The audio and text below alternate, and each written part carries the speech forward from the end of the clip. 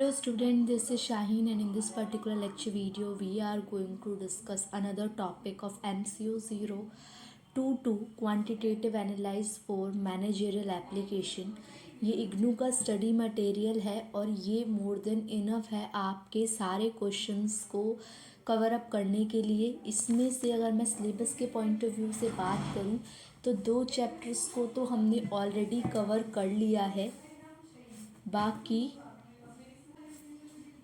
बाकी जो चैप्टर्स हैं यूनिट नंबर 3 जैसे वो आज डिस्कस करेंगे और बाकी कंटिन्यू करेंगे दूसरे लेक्चर के अंदर। तो सेंट्रल टेंडेंसी का मतलब क्या होता है, ठीक है, सेंट्रल टेंडेंसी होती क्या है, इन सबको वन बाय वन हम पढ़ते हैं। वेट अ सेकेंड, इसको ओपन अप कर लेते हैं। यूनिट 2 भी हमने कवर किया है प्रीवियस लेक्चर में।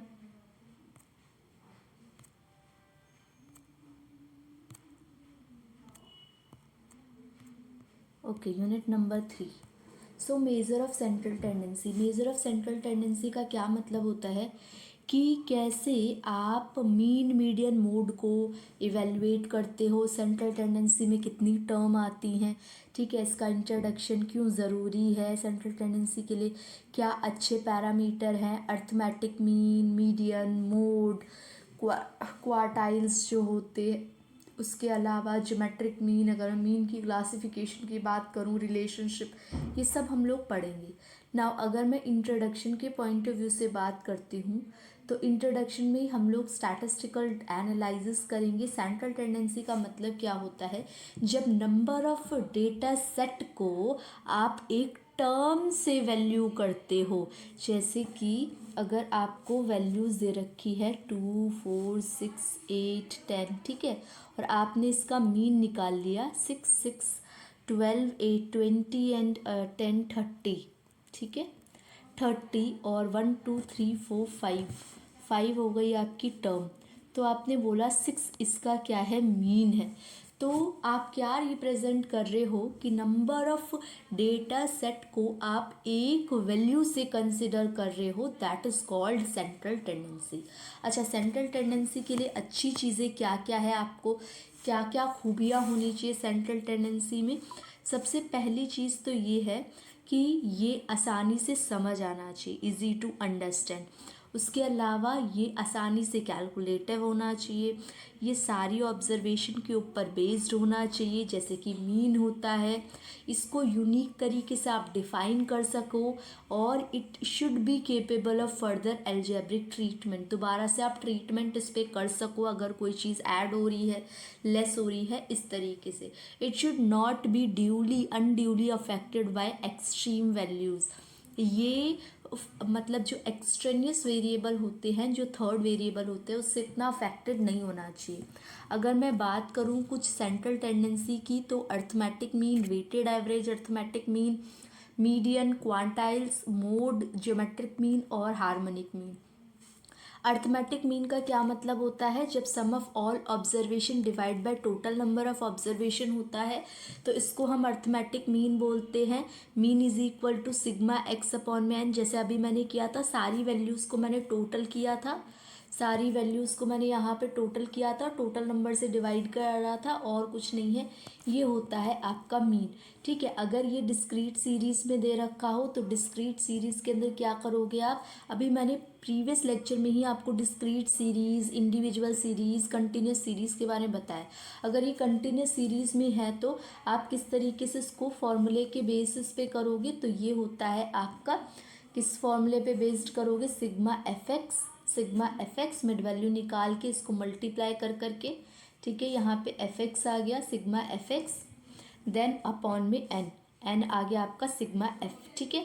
फिर उसके अलावा अगर आप और मेथड से जाओगे, अज्यूम्ड मीन से जाओगे, तो आपको एक नंबर अज्यूम करना पड़ता है ए, ठीक है, ए सिग्मा एफ डी, और आपका डी माइनस करके आता है डी की वैल्यू, और आई। अगर आप लोग चाहते हो कि इसको भी मैं एलैबोरेट तरीके से बताऊं तो आप लोग कमेंट सेक्शन में मेंशन करना, क्योंकि एक रिवीजन लेक्चर है तो इतना डिटेल में मैं नहीं बताती हुई चल रही, लेकिन फिर भी अगर आप रिक्वेस्ट करोगे तो मैं इसके लिए एक अलग लेक्चर आपके लिए बना दूंगी ना। उसके बाद अगर मैं नेक्स्ट मेथड की बात करूं, जैसे कि ये इन्होंने बता दिया a plus sigma F D N multiply I. अब ये a क्या है जिसको मैंने अज्यूम किया है 525, कोई भी ऊपर वाली वैल्यूज़ में से यहाँ से लेके यहाँ तक में मैं कोई भी वैल्यू को अज्यूम कर लूँगी। तो ये 525 हो गया। अब 525 में से मैं पूरी सीरीज़ को माइनस करूँगी, देन जो इनमें डिफरेंस आ रहा होगा उससे डिवाइड करूँगी तो d आ जाएगा। फिर एफ डी, एफ कौन सा हो गया मेरा, ये वाली टर्म, एफ और डी को मल्टीप्लाई कर दूँगी तो मेरा एफ डी निकल आएगा। उनको ऐड ऑन कर दूँगी और इन वैल्यूज़ में पुट कर दूँगी। I is the difference, class interval के बीच में कितना डिफरेंस है वो। नाउ मैथमेटिकल अगर प्रॉपर्टी की बात करूँ तो क्या होती है इसकी प्रॉपर्टी, बहुत ध्यान से समझना। The sum of deviation of the observation from the arithmetic mean is always zero. अगर आप सारी वैल्यूज़ को आप माइनस मीन कर दोगे तो हमेशा ज़ीरो आएगा। मीन में से माइनस करोगे तो ज़ीरो आएगा, क्योंकि पॉजिटिव और नेगेटिव आपका ज़ीरो बनता है, इक्वल होता है, दैट इज़ वाई। अगर आप वही स्क्वायर कर दोगे, पहले तो सिंपल माइनस कर दोगे तो ज़ीरो आएगा, लेकिन अगर आप स्क्वायर कर दोगे तो वो मिनिमम आएगा। उसके अलावा अगर आप कंबाइंड की बात करते हो, कंबाइंड मीन की बात करते हो, तो कंबाइंड मीन किस तरीके से कैलकुलेट होता है। कंबाइंड मीन निकलता है आपका जब आप डिफरेंट नंबर को मल्टीप्लाई कर देते हो उसकी n1 x1 मीन के साथ। n1 नंबर है वो मीन के साथ, 2 है मीन के साथ, n1 प्लस n2। ठीक है, इस तरीके से आप जब कर दोगे तो ये आ जाएगा आपका। जैसे कि यहाँ पे कोई क्वेश्चन तो नहीं है, अगर आएगा तो हम डिस्कस करेंगे उसको भी। Now the next one is weighted average mean. Weighted average mean का क्या होता है, जहाँ पे वेट गिवन होते हैं तो बस वेट को आप x के साथ मल्टीप्लाई कर देते हो, वही f वाला सीन है। यहाँ पे वेटेड को किसकी तरह ट्रीट किया जाता है, f। तो सिग्मा जैसे एफ एक्स अपॉन में सिग्मा एफ करते थे, ऐसे ही डब्ल्यू एक्स अपॉन में डब्ल्यू करेंगे।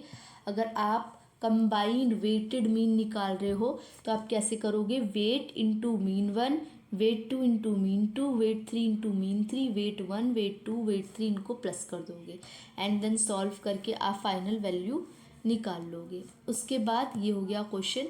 Next one is median. Median क्या होता है, मीडियन जब आप मिड वैल्यू को सेलेक्ट करते हो तो वो मीडियन कहलाता है। दो टाइप की कैटेगरी में इसको बांटा होता है, जैसे ऑड और इवन। अगर आपके डेटा सेट में ऑड नंबर्स हैं तो फॉर्मूला लगता है n+1/2, और अगर इवन है तो n/2th term plus n/2 plus 1th term divide by 2। ठीक है, ये लगते हैं आपके फॉर्मूले। उसके अलावा अगर उसके अलावा आप बात करना चाहो कि आगे इसकी कैसे डिस्कशन होती है, तो ये आप कंटिन्यूस सीरीज़ में ये फॉर्मूला भी लगा सकते हो, that is lower limit plus n divide by 2 minus CF। PCF कुछ नहीं है, CF है डिवाइडेड बाय F इंटू आई। एक बार एक क्वेश्चन भी डिस्कस करेंगे इसके साथ। जैसे कि मान लो ये क्वेश्चन है, आपने इसको कंसिडर किया, आपने ये दे दिया, आपने वैल्यूज़ को देखा बिलो 25, 25 टू 30, 35, ये सब नंबर है। नाउ एफ ये हो गया। अब आप CF निकालोगे, CF निकालना सिखाया हुआ है मैंने, ऐड करते हैं पहले सेम। उसके बाद ये नंबर ऐड करोगे 245, 245 में ये ऐड करोगे 425, 425 में ऐड करोगे this one, this one, this one, ऐसे निकलता जाएगा और 1000 आ जाएगा। ठीक है, फिर अब आप ये कैसे निकालोगे, एन होता है, एल क्या होता है, एन क्या होता है, CF क्या होता है, एफ क्या होता है, इसकी डिस्कशन करते हैं। एन होता है जो आपकी ये वाली जो वैल्यू टोटल आ रही है, ये और ये सेम होती है, तो n डिवाइड बाई 2 करते हो तो आपका निकल आता है n/2th टर्म। ठीक है, ये वाला। अब 500 जो टर्म है, 500 ऑब्जर्वेशन किसके अंदर आ रहा है, आप ये नोटिस करोगे 500 ऑब्जर्वेशन किस टर्म के अंदर आ रहा है, तो ये इस टर्म के अंदर आ रहा है। 585 जब हो रहा है तो आप इसमें लोअर लिमिट को कंसिडर करोगे, दैट इज़ एल। पहले ये वाला सेलेक्ट कर लो, ये हो गया आपका एल, ये हो गया आपका एफ, और इससे ऊपर वाला होता है आपका CF। ठीक है, बस यही ध्यान देना होता है, LFCF। 500, 35 प्लस 500 माइनस 425, 585 से ऊपर वाला 425 था, माइनस कर दो 160 से, मल्टीप्लाई बाय 5। अगर फिर भी आपको कोई भी थोड़ा सा डाउट है तो आप लोग पूछ सकते हो, कमेंट सेक्शन में मेंशन कर सकते हो। Next one is mathematical properties की बात करेंगे मीडियन की। तो यहाँ पे ऐसे नहीं दे रखी, ऐसे ही पैराग्राफ वाइज दे रखी है। सबसे पहले important mathematical property of median is that sum of absolute mean deviation is minimum. वहाँ पे हमने डिफरेंस को देखा था, तो हमने क्या सीखा था, ज़ीरो होता है, ठीक है, और स्क्वायर का मिनिमम होता है। यहाँ पे जब आप मीन को जो आपका नंबर है उसको मीडियन से माइनस करते हो तो मिनिमम आता है। नाउ ऑल्दो मीडियन एक पॉपुलर फॉर्म नहीं है, जैसे अर्थमेटिक मीन होता है ऐसे पॉपुलर फॉर्म नहीं है। It does not have the advantage of both easy to determine, easy to explain. As illustrated earlier, जो मीडियन होता है वो सारे नंबर से अफेक्टेड बाय नहीं होता, इसीलिए इसको कम प्रेफर किया जाता है। Additional advantage of median is that it may be computed for an open and distribution. इसको ओपन एंड डिस्ट्रीब्यूशन के लिए आप देखते हैं। And another disadvantages is that further mathematical treatment नहीं हो सकता। हाउएवर सिंस मीडियन एक पोजिशनल एवरेज है, तो इसकी ये जो वैल्यू है ये हर एक ऑब्जर्वेशन पे डिपेंड नहीं होता, ये इसका एक नुकसान है। फिर उसके बाद क्वांटाइल्स को आपने 3 कैटेगरी में बांटा हुआ है, क्वार्टाइल, डिसाइल और परसेंटाइल। क्वार्टाइल का क्या होता है, Q1, Q2, Q3, जो 25%, 50% और 75% होता है। डिसाइल क्या होता है, जहाँ पे आप 10 से डिवाइड करते हो, ठीक है, जहाँ पे 10% आता है, और परसेंटाइल आपका 100% आता है। तो बस यहाँ पे n डिवाइड बाय 2 था, बस n डिवाइडेड बाय 4 हो जाएगा। और फिर यहाँ पे कितना होगा, D1, D2, Dn, तो यहाँ पे डिवाइडेड बाय 10 हो जाएगा। और अगर परसेंटाइल की बात करोगे तो डिवाइडेड बाय 100 हो जाएगा। सिंपल इसी तरीके से आपका ये निकालने के लिए आता है। मान लो सपोज ये क्वेश्चन है, इस क्वेश्चन ओके तो अब बात करते हैं इस क्वेश्चन की। प्रॉफिट दे रखा है रुपीज़ में lakhs, okay, number of companies given है आपको, प्रॉफिट्स गिवन है जो कि लैक्स में है, और नंबर ऑफ कंपनीज भी यहाँ पे गिवन है, ठीक है। Now you need to calculate Q1, Q2, D6, P90। तो अब देखते हैं इसको हम कैसे करेंगे। सबसे पहले हम CF निकाल लेते हैं। CF कैसे निकालोगे, पहले 4 में ऐड करो 8, 12 में 18, 30, 30 में 30, 60, फिर ऐसे ही 60 में 75, देन 85 ऐड करते जा रहे हैं, ठीक है।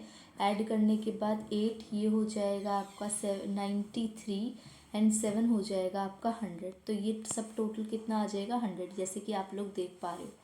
ये क्वेश्चन का सॉल्यूशन है। ये आपको नंबर ऑफ कंपनी CF दे दिया।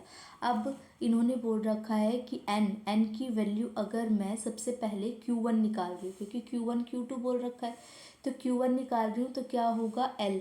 सबसे पहले मैं n/4 निकालूंगी, n/4 मतलब 100/4, 25th ऑब्जर्वेशन। 25th आप नोटिस करो इनमें से किस में आएगा, 30 में, क्योंकि 12 से बड़ा टर्म 30 है, 30 25 के अंदर आ रहा है। तो आप ये देखो कि ये F आपका ये सेलेक्ट हो जाएगा, जो लोअर लिमिट होगी वो ये होगी, और CF आपका ये आ जाएगा। बस पुट करना है और सॉल्व कर देना है। ऐसे ही Q1 के बाद Q2 के लिए आप क्या करोगे, इसी नंबर को 2 से मल्टीप्लाई कर दोगे तो Q2 आ जाएगा। फिर उसके बाद Q2 के अंदर क्या होगा, ये जो 100 है, 100 डिवाइड बाय 2 हो जाएगा। 50th ऑब्जर्वेशन 60 में आएगी, तो फिर ये 30 और ये 50, ठीक है, 50 और 30 हम सेलेक्ट कर लेंगे, हो जाएगा। फिर अगर मुझे D6 बोला है तो पहले मैं क्या करूँगी, नॉर्मली पहले मैं D6 के लिए 6 को मल्टीप्लाई कर देती हूँ n/10, जैसे कि 600/10 हो गया ये सॉल्व। फिर यहाँ पे मैंने इसको सॉल्व कर दिया, L मान लिया 60, 60 कहाँ पे आ रहा है, आप लाई करो, 60 आ रहा है 60 में, तो 50 लोअर लिमिट, 30 आपकी F और ऊपर वाला CF। तो इस तरीके से ये सारे क्वेश्चन हो जाएंगे। और P90 के लिए बस कुछ नहीं करना, डिवाइड बाय 100 और मल्टीप्लाई बाय 100। 90 क्योंकि 90th ऑब्जर्वेशन पूछिए, अगर सिर्फ P पूछा होता तो सिर्फ हम क्या करते, n/100 कर देते, ठीक है। ये तो n हमें 100 गिवन, 100/100 तो ये 1 आ जाता, लेकिन ये 90th बोल रखा है तो 90 मल्टीप्लाई बाय 100 डिवाइड बाय 100, क्योंकि 90 n है और n की वैल्यू 100 है, इसलिए ये आई आपकी value. Now locating the quantiles graphically, कैसे आप ग्राफिकली पुट करते हो, तो आप यहाँ पे ध्यान दो। तो जैसे कि Q1 और D6 और Q2 इस तरीके से रिप्रेजेंट है, तो Q1 कितना आया था, आप लोग देख पा रहे हो, Q1 कितना आया था, ये आया था, देन Q2 ये आया था, देन D6 ये आया था, फिर P90 ये आया है। ठीक है, ऐसे जो जो वैल्यू दे रखी है उसके अकॉर्डिंगली आपको पुट करना है। नाउ उसके बाद अगर मैं नेक्स्ट टॉपिक की बात करूं, दैट इज़ मोड का मतलब क्या होता है, जो सबसे ज़्यादा फ्रीक्वेंसी, सबसे ज़्यादा नंबर बार बार रिकर होता है वो होता है मोड। जैसे अगर आप इस फ्रीक्वेंसी के अंदर इस इंडिविजुअल सीरीज़ में नोटिस करो तो 8 1 2 3 3 टाइम्स अकर हुआ है, तो 8 क्या है, मोड। आप कह सकते हो कि एक सीरीज़ के अंदर नंबर ऑफ मोड्स एक से ज़्यादा भी हो सकते हैं, बाय मॉडल मल्टी मॉडल भी हो सकते हैं। नाउ अगर मैं इसको कंटिन्यूस सीरीज में प्लॉट अप करूँ तो L+D1/D1+D2 मल्टीप्लाई आई, ठीक है, ये होता है फॉर्मूला। अब हमने कैसे पढ़ा है 10th क्लास में, कैसे पढ़ते थे, जैसे कि पढ़ते थे ये हटा दो, L+F/2F1 -F0 -F2 इंटू आई, ये करते थे हम फॉर्मूला। तो अब इसमें कैसे पुटअप होगा, तो सबसे पहले है D1। अब ये D1 क्या है, इसकी बात कर लेते हैं। D1 क्या है, तो D1 का मतलब है जो आपकी सीरीज़, जैसे कि ये 35 -20। सबसे पहले पकड़ो कि सबसे बड़ी डिजिट कौन सी है, इसमें से सबसे बड़ी डिजिट कौन सी है, इन सब में सबसे बड़ी डिजिट 35। तो 35 के सामने वाला हो गया L, ये हो गया F1, इससे ऊपर वाला हो गया F0, इसके बाद वाला हो गया F2। अब बस पुट कर दो, तो L1 + F1 - F0 2F1 - F0 -F2। ठीक है, ये है हमारा फॉर्मूला। तो आप देख पा रहे होगे F1 - F0 ऊपर आ गया, 2F1 - F0 -F2 करोगे तो ये आ जाएगा 25। अदरवाइज अगर आप इसमें इसके अकॉर्डिंगली भी करना चाहते हो तो भी आप कर सकते हो, जैसा आपको कंफर्टेबल लगे। लोकेटिंग द मोड, अब मोड को कैसे आप ग्राफिक फॉर्म में रिप्रेजेंट कर सकते हो, तो जहाँ आपने हिस्टोग्राम बनाया, हिस्टोग्राम बनाना तो हमने सीख लिया, हिस्टोग्राम बनाया, हिस्टोग्राम का जो मिडल टर्म होती है, क्योंकि वो सबसे ज़्यादा टर्म आ रही है वही यहाँ पे होता है, जो सबसे ज़्यादा टर्म अकर होती है उसी की मिड वैल्यू को हमने मोड की तरीके से रिप्रेजेंट किया है। ठीक है, नाउ रिलेशनशिप क्या होता है मीन मीडियन मोड का, तो 3 median is equals to 2 mean minus mode, ये होता है फॉर्मूला। या तो फिर आप देख सकते हो mode is equals to 3 median minus 2 mean, ये याद रखना है आपको। हो सकता है इन 3 वैल्यू में से 2 वैल्यू दे रखी हो और थर्ड वैल्यू आपसे पूछी हो। ज्योमेट्रिक मीन सिंपल होता है, ज्योमेट्रिक मीन का फॉर्मूला होता है √AB। अब जितनी भी वैल्यूज़ होंगी उतनी ही स्क्वायर रूट यहाँ चढ़ेगा। अगर मान लो 3 वैल्यूज़ हैं A × B × C है तो यहाँ क्यूब रूट हो जाएगा। अदरवाइज 4 है, अगर मान लो दोनों सीरीज़ हैं 1 × 1 तो ज्योमेट्रिक मीन भी 1 आ जाएगा। 2 सीरीज़ है 2 × 2 तो ज्योमेट्रिक मीन भी कितना आ जाएगा, 2 आ जाएगा। ठीक है, इस तरीके से होता है। बाकी एंटी लॉग वाला मेथड भी आप लोग अपना सकते हो। एंटी लॉग यहाँ पे करके दिखाया, अगर आप लोगों को एंटी लॉग वाला भी सीखना है तो आप लोग कमेंट सेक्शन में बता देना, मैं एंटी लॉग के लिए एक शॉर्ट टाइप की वीडियो आप लोगों के लिए बना दूंगी। Now the next one is harmonic mean. Harmonic mean का क्या मतलब होता है, रेसिप्रोकल ऑफ अर्थमेटिक मीन। ठीक है, reciprocal of arithmetic mean and this one. देखो जैसे कि arithmetic harmonic mean is equals to n A+B/1/A+1/B, इस तरीके से होता है। या आप n ये वाला फॉर्मूला को भी अपना सकते हो। इस फॉर्मूले में क्या है, n मतलब टोटल नंबर डिवाइडेड बाय इन सब का टोटल, जितनी भी आपको फ्रीक्वेंसी दे रखी है, जितनी वैल्यू दे रखी है उन सब का टोटल। फॉर एग्जांपल ये दे रखा है तो आपको क्या किया है इसको हमने 1/x मान लिया, 1/4, 1/5, 1/6, 1/10, इन सब का टोटल कर दिया। कितनी टर्म है? 5 टर्म है। आपको 1 2 3 4 5 को 5 टर्म डिवाइडेड बाय इन सब का टोटल, तो ये आ जाएगा आपका harmonic mean. Okay, now this is all about this lecture, जिसके अंदर हम लोगों ने सेंट्रल टेंडेंसी को बहुत ही डिटेल में डिस्कस किया है। अगर आपके कोई भी टॉपिक रिलेटेड क्वेश्चंस हैं इसमें तो आप लोग पूछ सकते हो। नेक्स्ट लेक्चर के अंदर हम लोग यूनिट नंबर 4 को डिस्कस करेंगे, मेजर ऑफ वेरिएशन, और फिर आपका ये जो ब्लॉक है ये कंप्लीट हो जाएगा। ठीक है, अब आप लोगों से नेक्स्ट लेक्चर वीडियो में मिलते हैं, और तब तक चैनल को सब्सक्राइब कर दो, शेयर करो वीडियो को एज मच एज पॉसिबल, और बाकी आप लोगों से नेक्स्ट लेक्चर वीडियो में मिलते हैं। Thank you for watching, be happy students.